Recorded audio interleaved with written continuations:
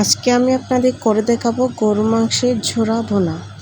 Hello বন্ধুরা, আসসালামু আলাইকুম। কেমন আছেন সবাই? আশা করি ভালো আছেন। তার জন্য আমি এখানে মাংস নিয়ে নিয়েছি, একটু শুকনো মাংস। আগেকার দিনে আমাদের দাদু নানিরা এমন করে খাইতো, মাংসগুলো অনেক দিন ধরে সংরক্ষণ করত। আমি এখানে বড় সাইজের 2 টুকরা মাংস নিয়ে নিয়েছি। মাংসগুলো আমি এখন ছোটো ছোটো কুচি করে করে ঝোড়া করে করে কাটবো। এতে দেখতে পাচ্ছেন কত সুন্দর করে আমি কাটছি। কিন্তু মাংস বোনাতে দেওয়ার জন্য আমি এদিকে পেঁয়াজ কুচি করে নিয়েছি, টমেটো কুচি করে নিয়েছি, পরিমাণ মতো মরিচের গুঁড়া, হলুদ গুঁড়া, ধনিয়া গুঁড়া, স্বাদ মতো লবণ দিয়ে আমি এগুলাকে তেলে রান্না করব। ভালোভাবে নেড়ে ছেড়ে আমি চুলাতে লাল করে নেব। চুলার আঁচ মিডিয়াম রেখে আমি বেশ কিছুক্ষণ নেড়ে ছেড়ে এগুলোকে রান্না করে নেব। একটু দেখতেই পাচ্ছেন একদম নাড়তে নাড়তে কালারটা আস্তে আস্তে চেঞ্জ হতে শুরু করলো। এই তো একদম গরু মাংসের কালা বোনা হয়ে গেল। কালারটা কিন্তু অনেক সুন্দর।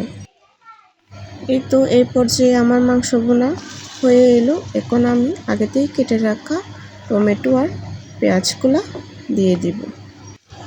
পেঁয়াজ টমেটোগুলো কিন্তু আগে দেওয়া যাবে না, এগুলো আমি পরে ব্যবহার করেছি যাতে মাংসগুলা বোনা হয়ে যায়।